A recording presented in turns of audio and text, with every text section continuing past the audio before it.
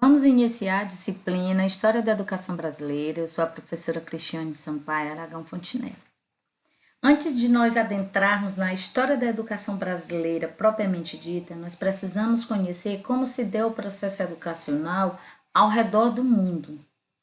E eu quero iniciar com o pensamento de Confúcio, de um dos mais célebres filósofos chineses e que deixou seu legado na educação a nível mundial, que ele diz assim: estudo sem pensamento é trabalho perdido. Pensamento sem estudo é perigoso. E a educação na China, na época de Confúcio, na China antiga, ela consistia em comunicar a cada indivíduo, desde a infância, como ele deveria caminhar na senda do saber. Que o que seria essa senda do saber? Era um conjunto de usos e costumes, de conhecimento e arte, tudo consagrado na cultura milenar, ou seja, na tradição milenar chinesa. Ele valorizava, não é, na cultura chinesa, a família, o respeito aos pais. Ele criou também um sistema de moral bem, de acordo com o povo chinês, então essa questão da ética, dos princípios, ele valorizava a tradição, o culto aos mortos, o ensino das virtudes e o altruísmo, que segundo ele a melhor maneira de transmitir os ensinamentos era o bom exemplo. Então, temos que dar o bom exemplo para os mais jovens. Era assim que ele entendia. Na educação chinesa, nessa época, era voltada muito na educação familiar. E o pai, ele era o responsável por ensinar, ou seja, por fazer essa educação inicial, desde ensinar a andar, falar, se comportar na sociedade, a questão da transmissão da cultura, ou seja, da tradição chinesa, tudo isso era responsabilidade do pai. E ele dizia que aquele que venerava seus pais, né, então aquele filho que venerava o pai, ele certamente iria respeitar, ou seja, venerar o imperador também. E no lar, o pai, ele representava a própria figura do imperador. Que o imperador na China tem o poder ilimitado e o pai também tinha. E o mandarim, ele obrigava a castigar o filho de quem o pai se queixava. Então, se o pai dizia que eu acho que esse menino está tentando fugir dessa regra aqui. Então, um dos livros sagrados deles dizia que o pai deveria castigar esse filho, ou seja, impor uma disciplina necessária. Na China, não havia um sistema de ensino regulamentado. Como assim? A tradição, no entanto, ela se estabeleceu em 2 graus. Não tinha essa educação bem estruturada, organizada, mas já dava para dividir ensino elementar e ensino superior. O ensino elementar ele era ministrado às crianças por professores particulares. E a principal função da escola elementar era de conservar a unidade da nação e manter as tradições ancestrais, ou seja, a cultura. E essa tradição, esse ensino elementar era focado nas crianças de 7 a 14 anos de idade e eles passavam o dia todo tendo acesso a essa educação. Já o ensino da leitura e da escrita e ensinava o ensino da leitura e da escrita dentro desse processo também. As crianças, elas observavam dentro do ensino dogmático, elas observavam os caracteres impressos e as palavras pronunciadas pelo professor, ou seja, para eles memorizarem a entonação, a forma como o professor ele transmitia aquela fala, aquela palavra, então eles eram obrigados a aprender dessa maneira.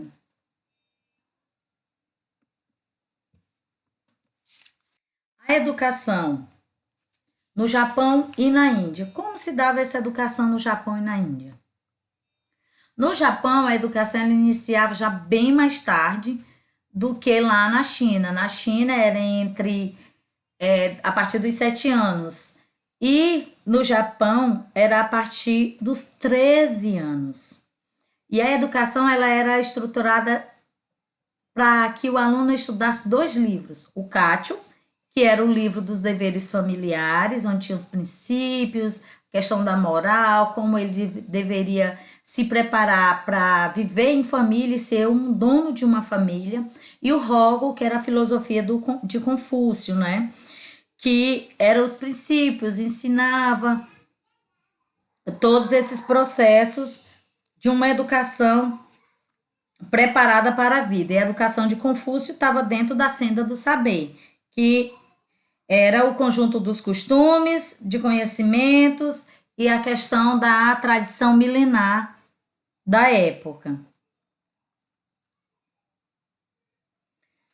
No início do século VII, depois de Cristo, foi que surgiu a primeira universidade no Japão, que foi a Universidade de Tóquio, e ela ensinava ciência política, jurisprudência, matemática e medicina, e a astronomia e também os clássicos chineses.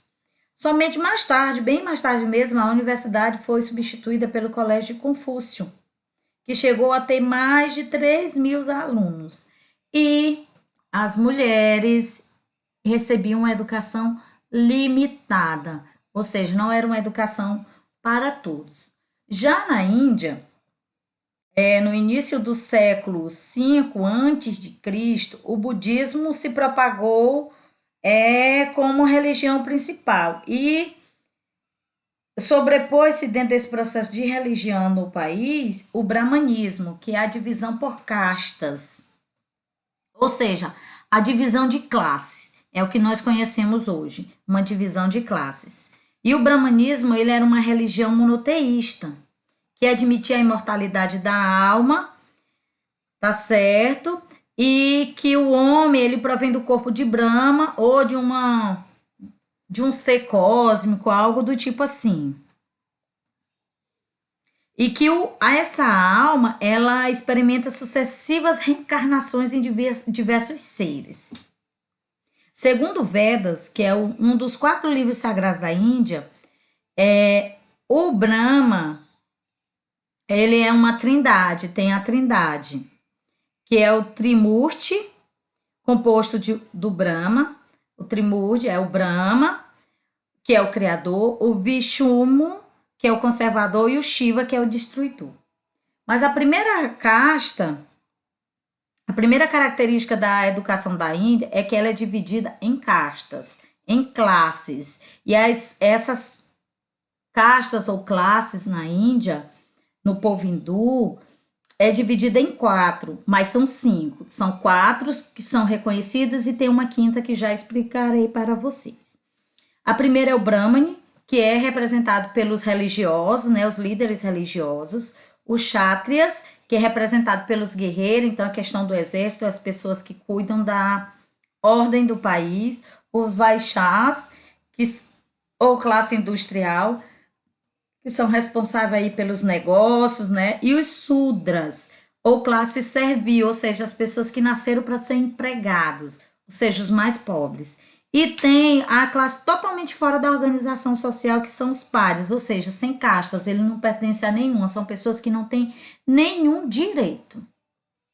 E aí, quando a gente fala em castas, a gente lembra de uma novela que passou um tempo atrás aí, em um determinado canal de televisão. Então, o povo hindu, ele é muito rigoroso nesse sentido de obedecer essa hierarquia social. E dentro desse processo, a instrução, ou seja, a educação era restrita apenas a 3 castas. Os brahmanes, que iniciavam os estudos a partir dos 8 anos de idade, os kshatriyas, que eram a partir dos 11 anos de idade, e os vaishyas, que era a partir dos 15 anos. Também, dentro desse processo, tem a questão da hereditariedade das classes ou das castas. Ou seja, a pessoa que nasceu Brahmani vai ser sempre Brahmani. Quem nasceu pária vai ser sempre pária, ou seja, não tem a possibilidade de uma elevação social, ou seja, mudar de classe. Vai ser sempre aquilo. E outro detalhe interessante dentro da Índia é que os professores, eles eram muito venerados, endeusados. Por quê? Porque pertencia à classe superior. Qual é a classe superior? Os brahmanes. Todos os estudos tinham fundo religioso e se realizavam seguindo formas rituais. Estudava-se o catecismo budista e o Vedas, que é um dos livros sagrados dos hindus. O aprendizado da leitura e da escrita eram feitos na areia, em folhas de palmeira ou em plátamos. E nessas folhas de palmeira e plátamos eram escritos com tintas. E dentro dessa educação elementar inicial, eles estudavam as operações elementares, como a disciplina de maneira geral, e a disciplina dentro desse processo, né, a questão de regras, ela era bem suave, bem paternal, mas com rigor. O ensino superior era restrito à classe dos brahmanes. A educação hindu, de modo geral, ela é caracterizada como rotineira e memorizada, mas tinha um processo muito cruel, porque tinha a exclusão das mulheres e dos párias, que são os povos sem castas, e estava a serviço de um regime aristocrático de castas, ou seja, uma barreira ao desenvolvimento de muitos talentos, porque por mais que o indivíduo tivesse talento, mas se ele nasceu lá nos párias, esse talento dele não seria aproveitado, infelizmente. Então eles se preocupavam muito na questão da formação do jovem e também na veneração do mestre, ou seja, os professores eram endeusados. Educação hebraica. Era uma educação centrada na família. As escolas atingiram o auge na época da realeza, tá? E quando a gente fala aqui de educação centrada na família, o pai era o responsável por transmitir toda essa cultura dentro do povo hebreu. Então o pai sentava os filhos ao redor e ele ia lá transmitindo essa educação para eles. Já as escolas, elas atingiram o auge na época da realeza, porque rei Davi mandou construir escolas, Salomão também.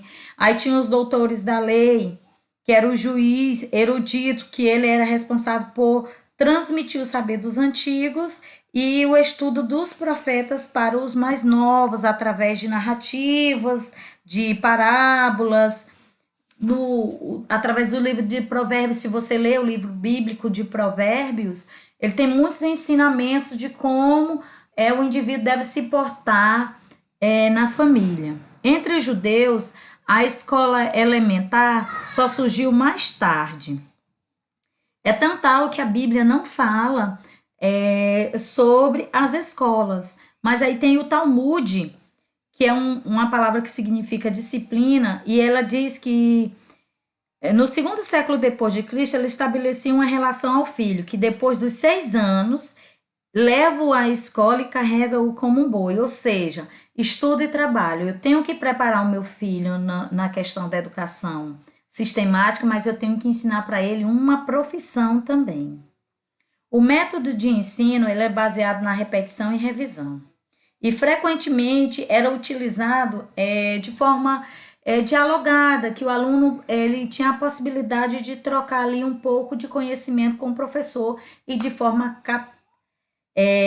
catequética, ou seja, ensinar ali os dogmas, os princípios e os valores. E dentro do Talmud, desse manual da educação, ele dizia que quem não procura que seu filho aprenda um ofício está preparando-o para que seja ladrão. E ele observava ainda que a mesma obrigação tem de ensinar ao teu filho um ofício, como de instruí-lo na lei, de ensinar, de preparar. Quem vive pelo esforço de suas mãos é melhor que aquele que se entrega a uma piedade ociosa.